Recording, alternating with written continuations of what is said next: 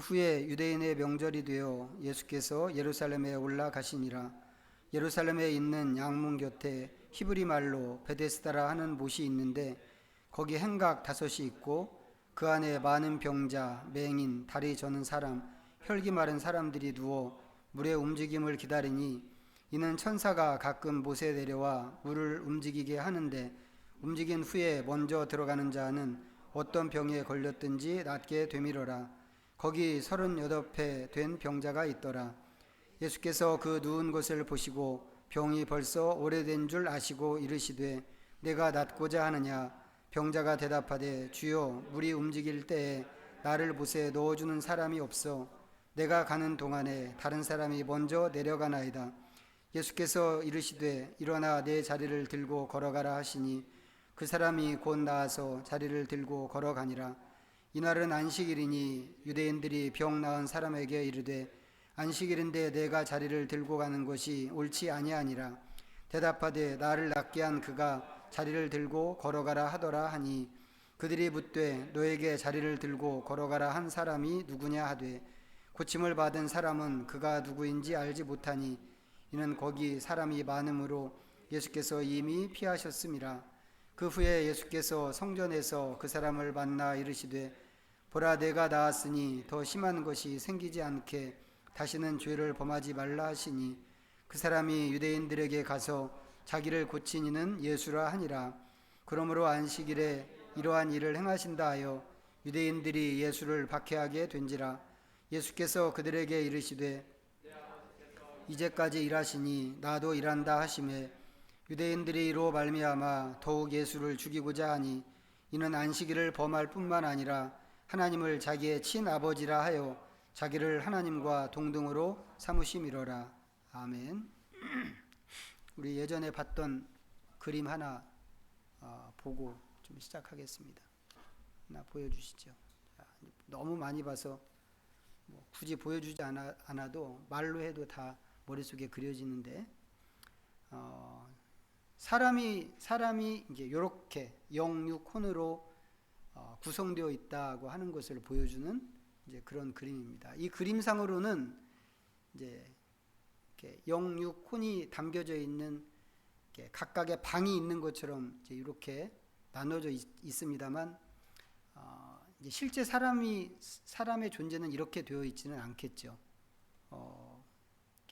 각각의 영육혼이 각각의 기능들이 있고 보이는 것과 보이지 않는 것으로 나누면 이제 육체는 보이고 영과 혼은 보이지 않는 이제 이런 영역으로 돼 있고 이제 각자에게 주어진 기능과 역할을 생각하면 이제 영육혼으로 이제 이렇게 구분 지어서 생각할 수 있는데 실제로는 이 세 개가 이제 긴밀하게 서로 연결되어서 이제 하나 이제 우리의 존재 자체를 형성하고 있는 것입니다. 이제 이걸 그림으로 이제 표시를 하려고 하다 보니까 이제 이렇게밖에는 이제 할 수밖에 없는데, 하여튼 인간은 이렇게 영육혼으로 되어 있는 존재라고 하는 것을 우리가 좀 늘 생각하면 좋겠습니다. 자, 이렇게 이제 이 세 영역으로 되어 있는데 이제 데살로니가전서 5장에 있는 말씀에 의하면 주님 오실 때까지 우리의 이 영육혼이 흠없이 잘 보존되어야 한다고 하는 게 이제 데살로니가전서 5장에 나오는 말씀 중에 있습니다. 그런데 이제 또 생각해 보면 이제 말씀에 있는 그런 이야기가 아니더라도 이제 그와 비슷한 생각을 이제 사람들은 또 다 하고 있다 이런 생각이 좀 듭니다. 성경을 보는 사람이든지 보지 않는 사람이든지 또 성경에 담겨져 있는 하나님의 뜻을 아는 사람이든지 뭐 그렇지 않은 사람이든지 거의 대부분의 사람들이 자기를 구성하고 자기를 이루고 있는 그것을 잘 보존해야 된다고 모든 사람들이 생각을 하면서 삽니다. 그러니까 제가 볼 때는 그렇습니다. 이제 그 중에서 사람들이 이제 특히 요즘 사람들이 많이 관심 갖고 신경을 쓰는 것 하나가 이제 건강 문제잖아요. 유난히 이제 건강에 대한 관심들이 많은 시대인데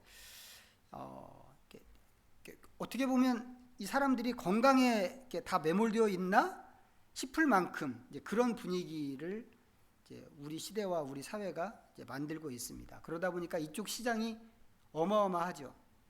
그리고 되게 종류도 다양하고 뭐 건강 관련 기계들부터 시작해서 또 건강을 이렇게 잘 유지하게 해준다고 하는 건강 기능 식품, 또 뭐예요? 텔레비전에 보면 건강 관련 그 TV 프로그램들이 있고, 뭐 아웃도어 매장에서 파는 여러 가지 상품들 너무 많아서 뭐 다 꼽을 수도 없을 정도입니다. 그리고 사람들은 이제 기꺼이 그런 일에 비용을 지불합니다. 뭐 좋은 음식을 먹고 또 좋은 영양제를 사서 복용하고 또 뭐 운동을 하러 다니고 또 기구를 사서 써보고 다들 그렇게 합니다. 이거 다 뭔가 생각해 보면 우리의 영육혼 중에서 육을 보존하자고 하는 그런 행동이란 말이죠. 인간이 영육혼으로 이렇게 되어 있기는 하지만 주로 이제 사람들은 육체 보존을 위해서 이런 노력들을 합니다. 왜 다른 건 안 하고 육체를 보존하고 육체를 건강하게 하는 것만 이렇게 신경을 쓸까?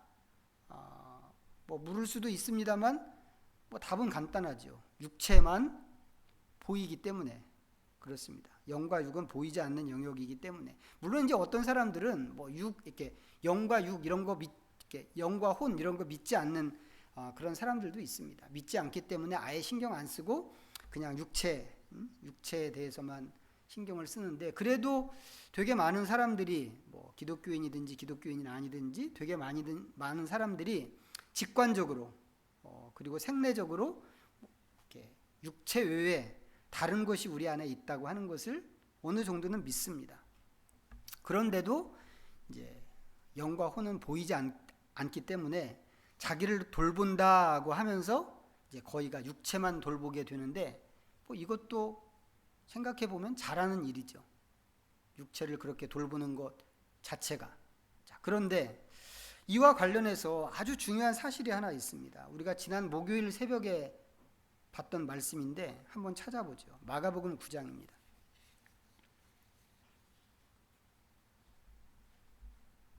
마가복음 9장 69페이지 43절부터 47절까지입니다. 읽어보겠습니다. 시작. 만일 내 손이 너를 범죄하게 하거든 찍어버리라. 장애인으로 영생에 들어가는 것이 두 손을 가지고 지옥 곧 꺼지지 않는 불에 들어가는 것보다 나으니라. 만일 내 발이 너를 범죄하게 하거든 찍어버리라. 다리 저는 자로 영생에 들어가는 것이 두 발을 가지고 지옥에 던져지는 것보다 나으니라. 만일 내 눈이 너를 범죄하게 하거든 빼버리라. 한 눈으로 하나님의 나라에 들어가는 것이 두 눈을 가지고 지옥에 던져지는 것보다 나으니라. 대부분의 사람들 생각이 건강이 무너지면 모든 것이 무너진다. 사람들이 이제 대부분 그렇게 생각을 합니다. 그래서 그렇게 되지 않기 위해서 많은 비용을 들여서 아까 말씀드렸던 이것도 해보고 저것도 해보고 그렇게 합니다. 그런데 우리의 육체라고 하는 게 나이 먹으면 늙고 영양 공급이 안 되면 죽고 또 근육이 빠져나가면 활동이 안 되고 이런 것만 있는 게 아니란 말이죠. 그러니까 건강을 잃지 않기 위해서 애쓰는데 그 애쓰는 그 영역 좀 더 천천히 늙게 하고 근육을 더 천천히 빠지게 하고 뭐 이런 걸 위해서 그렇게 애쓰지만 육체는 그것만 있는 게 아니더라고 하는 겁니다. 지금 읽은 구절에 의하면 여기서 이 말씀이 손과 발과 눈을 이야기하고 있는데 이런 것들은 전부 육체를 구성하고 있는 부분들이죠. 그런데 이 육체가 이 말씀에 의하면 범죄에 사용되기도 하더라고 하는 것입니다. 육체를 보존하기 위해서 뭐 약을 복용하고 운동도 하고 좋은 음식을 먹기도 하고 뭐 그렇게 하는데 이 육체가, 그 육체가 죄를 짓는 데 사용된다고 한다면 그럼 육체를 보존한다고 하는 것은 무엇을 의미하는 것일까 하는 겁니다. 데살로니가 전서 5장에서 하나님께서 바라시는 것은 주님이 강림하실 때까지 우리의 영이 흠없이 보존되는 것이고, 또 우리의 혼이 흠없이 보존되는 것이고, 우리의 몸도 흠없이 보존되는 것입니다. 이게 하나님께서 바라시는 거란 말이죠. 주님 말씀이니까 우리는 마땅히 그렇게 되어야 하는 거죠. 적어도 우리한테는 그렇게 되어야 합니다. 그런데 거기서 말하는 몸이 흠없게 보존된다고 하는 것이 나이를 거슬러서 피부는 항상 20대 피부를 갖고 체력은 항상 20대 체력을 갖고 그런 얘기는 아닐 거라는 거죠. 사람들은 그것만 생각하고 그것을 위해서 온갖 방법을 동원하고 비용을 막 사용하고 이렇게 하고 있지만 실제 우리 몸이라고 하는 것은 그것만 있는 게 아니다라고 하는 겁니다. 오히려 하나님께서 생각하시는 몸의 보존이라고 하는 것은 이 몸의 구체적인 부분들, 아까 얘기했던 이 마가복음에서 얘기했던 몸을 구성하고 있는 그 구체적인 부분들이 보존되어야 하는 것이고, 그 또 총합이 손만 보존되고 눈만 흠없이 보존되고 이게 아니라 이 모든 것들의 총합이 흠없이 보존되는 것이 하나님께서 기대하는 것이겠다고 하는 거죠. 그런 목적을 위해서 그렇다면 우리는 내 입은 어떠해야 하며 내 손은 어떠해야 하는지, 내 발과 눈은 어떠해야 하는지, 우리는 이런 것들을 생각해야만 하겠다고 하는 것이죠. 그런데 어떤 때 보면 예수 믿는 우리조차도 이 몸이 죄를 짓는 데 사용되는 게 분명히 있죠. 그건 우리가 부인할 수 없죠. 그럼 우리는 하나님의 사람이기 때문에 절대로 그렇게 하고 싶지 않습니다. 그렇게 하고 싶지 않은데 그런 일들이 나도 모르게 벌어진단 말이에요. 이런 일들이 왜 생길까? 왜 그럴까요? 왜? 그것은 우리 몸이 어떤 상황에 반응하고 어떤 행동을 하는 게 몸이 알아서 혼자 하는 게 아니기 때문에 그렇습니다. 몸은 어떻게 행동하나요? 몸은 항상 아까 그 그림대로 한다면 몸은 이 몸을 뒷받침하고 있는 혼의 영향을 받는 게 실제 상황이다라고 하는 겁니다. 혼이 육체를 뒷받침하고 있는 것입니다. 혼이라고 하는 것은 우리 속사람의 영역이라고 그랬습니다. 그리고 더 구체적으로는 이제 우리의 지정의를 담당하는 그 영역이라고도 그랬습니다. 요즘에 이제 특히 지난주에 뭐 내일 볼 말씀도 마찬가지인데 새벽 기도 시간에 보는 그 말씀에서 예수님하고 예수님의 제자들 사이에 자꾸 생각의 충돌이 나타나는 것을 봅니다. 왜 그럴까? 왜 선생님과 제자들 사이에 생각의 충돌이 이렇게 일어날까? 그것은 바로 제자들의 혼이 갖고 있는 내용들 때문에 생기는 현상이고 충돌이라고 하는 겁니다. 자, 엊그저께 제자들이 서로 누가 크냐 이거 가지고 길가에서 변론을 하고 논쟁을 했습니다. 왜 제자들은 자기네들끼리 있을 때 서로 누가 크냐라고 논쟁을 했을까요? 그것은 높은 지위와 권력을 갖게 되면 그것으로 사람을 부릴 수 있고 이익을 얻을 수 있다고 생각하기 때문이라고 예수님께서 그렇게 말씀을 하셨습니다. 예수님께서는 그런 제자들에게 높은 자리보다 낮은 자리에 서라 이렇게 말씀하셨죠. 그리고 첫째가 되고 싶으면 꼴찌가 되라 고 말씀하셨습니다. 또 예수님께서는 누구든지 음행한 연고 없이 아내를 버리는 것은 간음한 것과 똑같다 이렇게 말씀을 하셨습니다. 그러자 제가 마태복음에 있는 말씀을 끌어다가 말씀드렸습니다만 제자들이 그 얘기를 들은 그 설명을 들은 제자들이 선생님 그럴 것 같으면 차라리 장가를 안 가는 게 낫겠습니다. 이렇게 대답을 했습니다. 이거 되게 강한 예수님의 말씀과 가르침에 대한 되게 강한 부정이잖아요. 그리고 그 가르침을 거부하는 거란 말이죠. 에이 그렇다면 난 장가를 안 가겠습니다. 이 사람들이 왜 그런 식으로 선생님한테 왜 그런 식으로 이야기를 했을까? 그것은 그렇게 하는 것이 그 사람들의 사상이기 때문에 그렇다고 하는 겁니다. 결국 사람은 어떤 정신과 사상을 갖고 있느냐에 따라서 섬기기를 추구할 수도 있고 섬김 받기를 추구할 수도 있다고 하는 것이죠. 아내를 쉽게 버릴 수도 있고 그렇지 않을 수도 있는 것입니다. 이거 전부 정신과 사상의 문제인데 이 정신과 사상이라고 하는 것은 어디에 속한 것인가? 혼의 영역에 속해 있는 거다고 하는 거죠. 감정과 의지도 마찬가지입니다. 지정의라고 그랬는데 감정과 의지. 우리는 내가 어떻게 느끼는가에 의해서 얼마든지 다르게 행동을 합니다. 느끼는 건 혼의 영역이 느끼는 거예요. 그런데 행동은 육의 영역이 행동하는 거죠. 근데 혼의 영역에서 어떻게 하는가, 그것으로 몸으로 하는 행동이 결정이 되는 것입니다. 의지도 마찬가지입니다. 내 의지는 무엇을 향하고 있는가, 그것이 몸의 행동을 결정합니다. 약하고 힘없는 사람들, 사회적으로 약하고 힘없는 사람들한테 함부로 말하고 막 갑질을 하고 그러면서도 그것을 권리라고 생각하는 사람들이 있죠.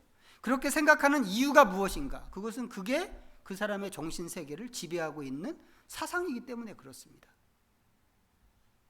이런 걸 생각하면 육체를 관리하고 보존한다고 하는 것은 단지 육체만 가꿔서 되는 일이 아니라고 하는 것입니다. 혼을 가꾸고 보존해야 육체가 함께 보존된다고 하는 거죠. 사도 바울이 겉사람은 낡아지지만 속사람은 날마다 새로워진다고 말씀하신 것이 바로 그런 차원입니다. 자, 이런 이해를 갖고 오늘 말씀을 좀 보고 싶습니다. 자, 베데스다 연못입니다. 연못 주변에 온갖 병자들이 와서 누워 있어요. 나중에 보니까 여기 나오는 38년 된 병자가 예수님, 자기를 고쳐주신 예수님이 누군지도 몰랐다. 왜 그랬는가? 거기 사람이 너무 많아서 예수님이 그 틈바구니 속으로 빨리 사라져 버렸기 때문이라고 할 만큼 굉장히 많은 사람들이 그 연못 주변에 나와서 누워 있습니다. 그 중에 38년 된 몸을 움직이지 못하는 병자가 있습니다. 예수님이 오셔서 이 사람을 만나셨죠. 이 사람은 자기를 찾아온 사람이 누군지 모릅니다. 예수님이 물으셨어요. 너가 낫고자 하느냐? 너무 간단한 질문이죠. 응? 예, 아니요.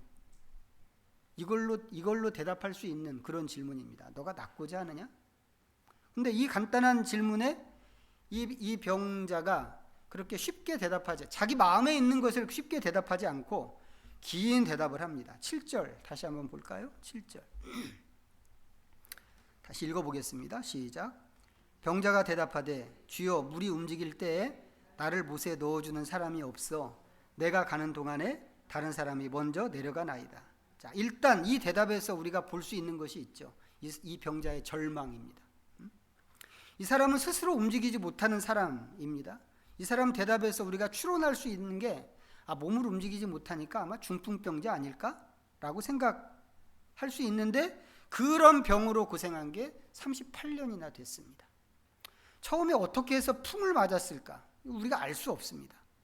물론 예수님께서는 이제 나중에 저 뒤에서 이 사람을 고쳐주시고 따로 만나서 얘기해 주시는 게 있죠. 내가 나았으니 더 심한 것이 생기지 않게 이제 다시는 죄를 범하지 말라, 이런 말씀을 하셨습니다. 이 말씀이 원래 이 사람의 병이 죄 때문에 생긴 병이라는 뜻인지 아니면 다른 어떤 말씀, 다른 의도의 어떤 말씀을 하신 것인지 그 의미도 분명하지는 않습니다. 초대교회 교부들이 풀어준 그 글에 보면 이 부분에 대해서 해석하는 것이 있기는 있더라고요. 있기는 있는데 제가 아직 싹 설득이 안 돼서 소개는 하지 못할 것 같습니다.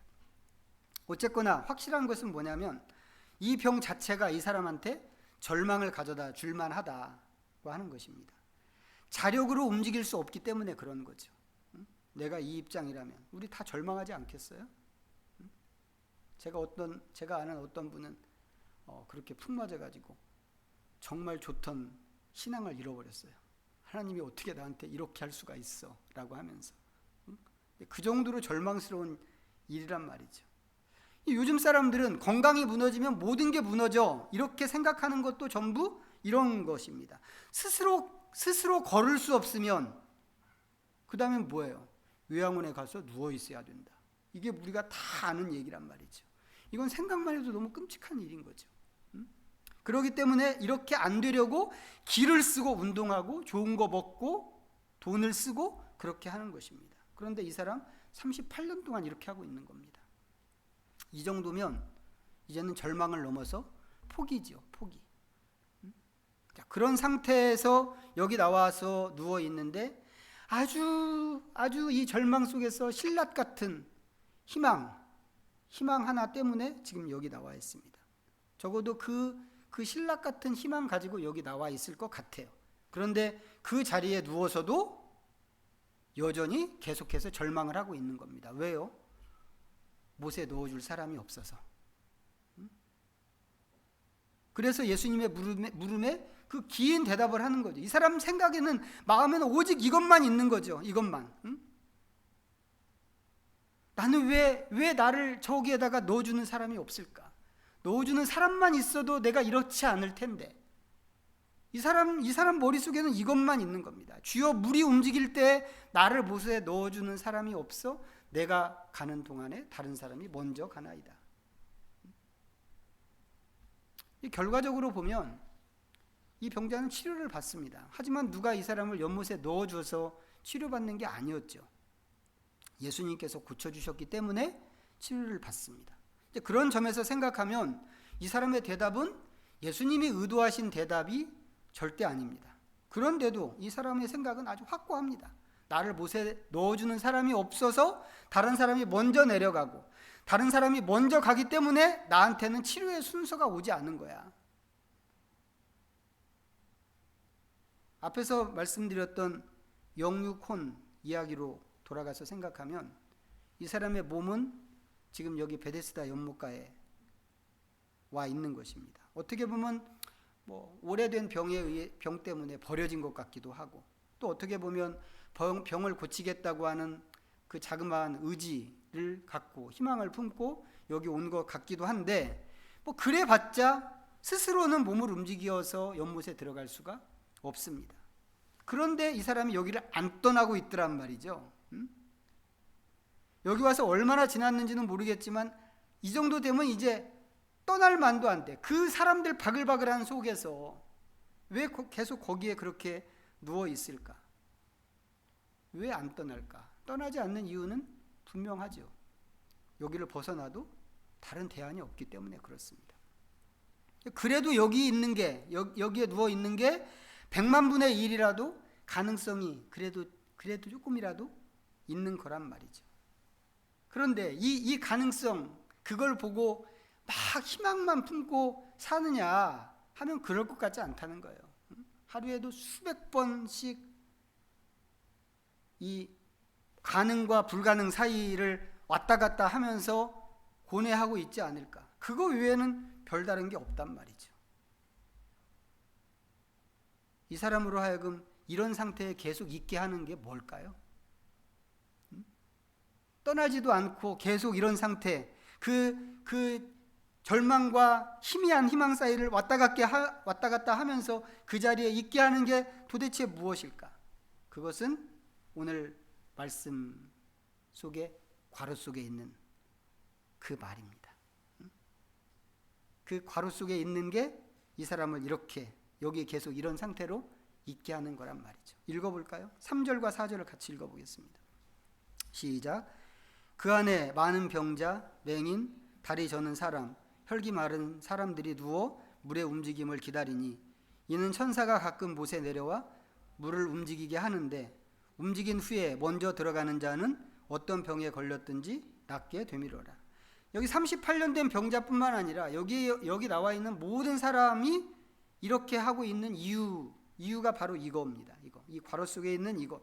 천사가 가끔 내려와서 물을 휘젓는데 그때 1등으로 들어가는 사람은 어떤 병이든지 낫는다고 하는 것.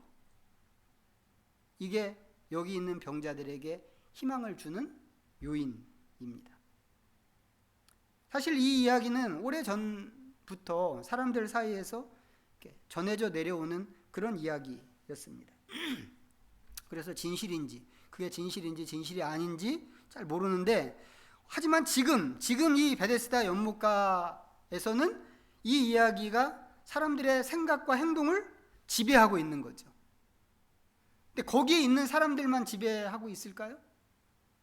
아직 이 사람들 사이에 있지는 않지만 더 폭넓게 그 이야기는 영향을 행사해서 지금은 이 자리에 없지만 나중에라도 어떤 중병에 걸려서 또 이쪽으로 나오는 사람이 있을 거란 말이죠. 그 정도로 이 괄호 속에 있는 이야기가 사람들 사이에 힘을 발휘하고 있는 것입니다. 이 이야기의 지배력인 거죠. 38년 된 병자는 이 이야기에 확실히 지배를 받고 있습니다. 그러니까 너가 낫기를 원하느냐? 라고 하는 질문에 1등이 안 돼서, 내가 1등이 아니기 때문에 라고 대답을 하는 것입니다. 이 자리에 나와서 누워있는 것은 몸이죠. 몸. 이 병자의 몸입니다.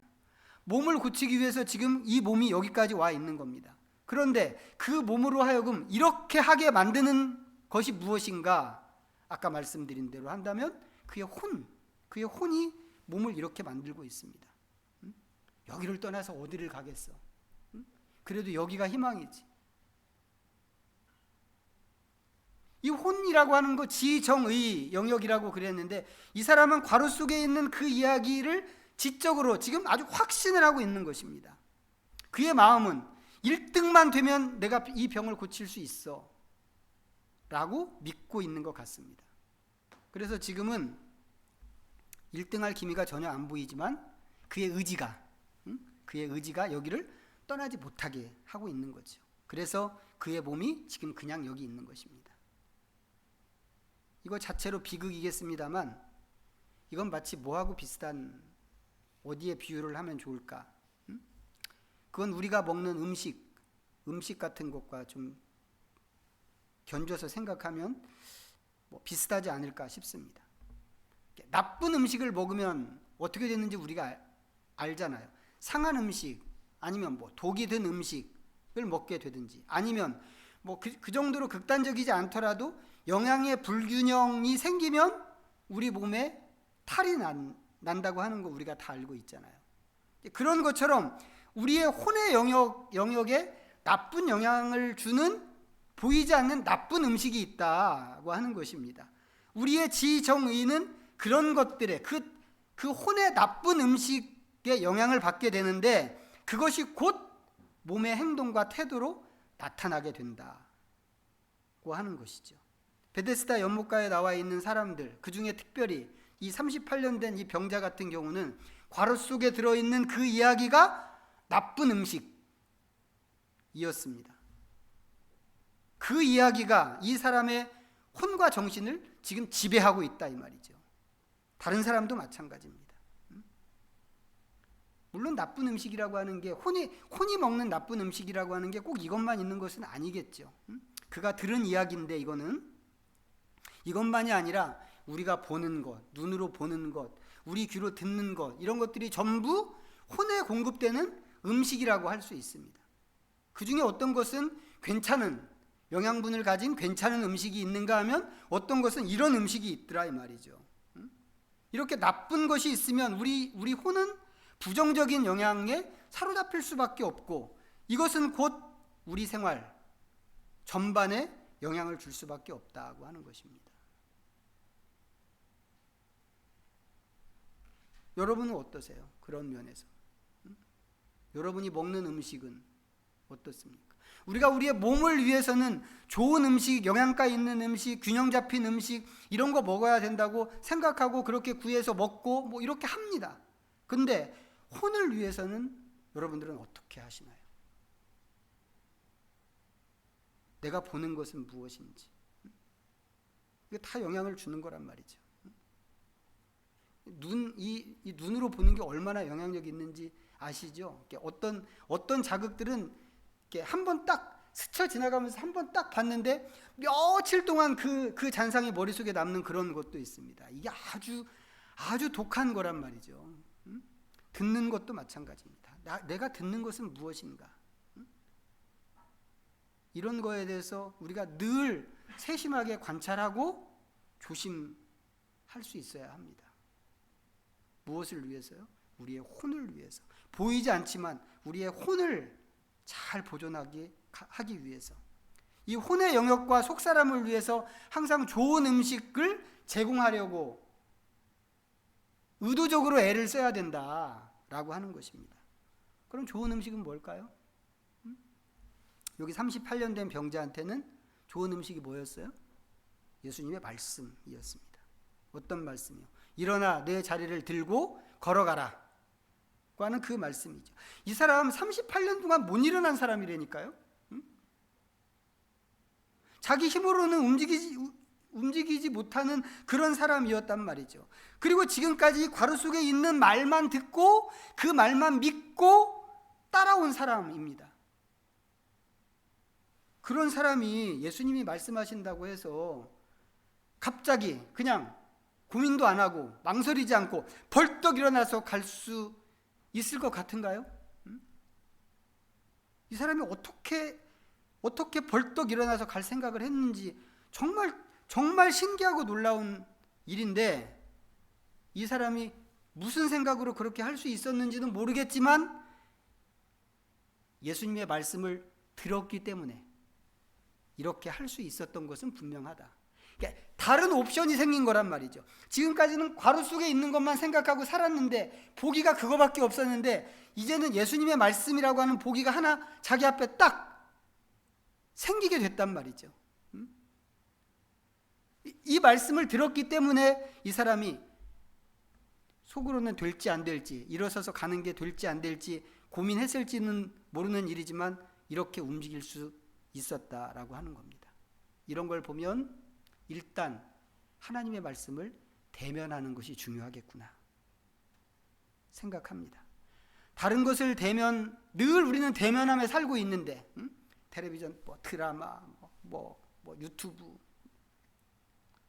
또 듣는 거 있잖아요. 듣는 소식들, 수많은 것들을 우리가 대면하면서 음식이라고 생각하지 않고 그냥 음식을 먹고 있는데, 다른 것을 대면하는 그런 기회를 줄이고 말씀을 대면하게 된다면, 말씀을 대면할 때 우리의 혼은 그때부터 살아나는 것인가 보다, 이렇게 생각할 수 있다고 하는 겁니다. 그런 점에서 우리가 우리 자신의 모습을 좀 깊이 돌아보면 좋겠습니다. 나는 어떤 행동과 태도를 정할 때 무엇으로 그것을 결정하는지, 그것을 결정하게끔 하는 그 지배력 있는 힘이 무엇인지, 그 기준과 근거가 무엇인지, 나의 혼과 속사람을 지배하고 있는 사상이 무엇인지, 그리고 그것으로 인해서 몸으로 드러나는 것은 어떤 것인지, 다른 사람과의 관계는 무엇에 의해서 지배받고 있는지, 이런 것들을 깊이 정직하게 살펴보면 좋겠고, 또 마땅히 그렇게 해야 합니다. 왜요? 좋은 것을 먹기 위해서. 그리고 혼의 영역에 좋은 것을 주기 위해서 우리의 보고 듣는 모든 일에 조심하고 가능하면 하나님과 가까운 것으로 스스로를 좀 채워나갈 수 있어야만 하겠다고 하는 것입니다. 우리 모두가 정말 그렇게 되기를 바랍니다. 그래서 더 이상은 이 38년 된 병자 같은 이런 상태로 우리의 삶과 기회를 낭비하지 않고 오직 주님의 길과 주님의 말씀만 따라가는 그 새로움으로 우리 자신을 좀 세워나갈 수 있어야만 하겠습니다. 기도하겠습니다.